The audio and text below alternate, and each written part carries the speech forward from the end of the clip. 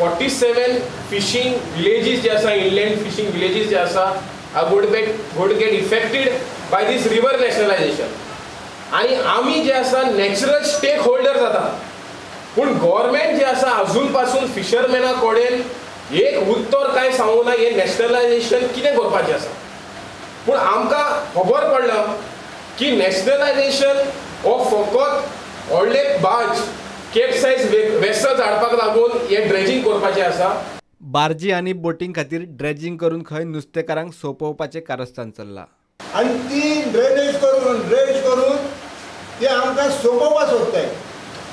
आमच्या हे रिवरांनी कालवां, शिनाण्यो, तिसऱ्यो, फुटाण्यो ह्यो झाडां घालून आमी नुस्तें मारपी आनी गांवांत पोट भरपी हजारांनी लोक आसा. ह्या लोकांचे तेणी सरकारान आजून कांय चिंतलो ना.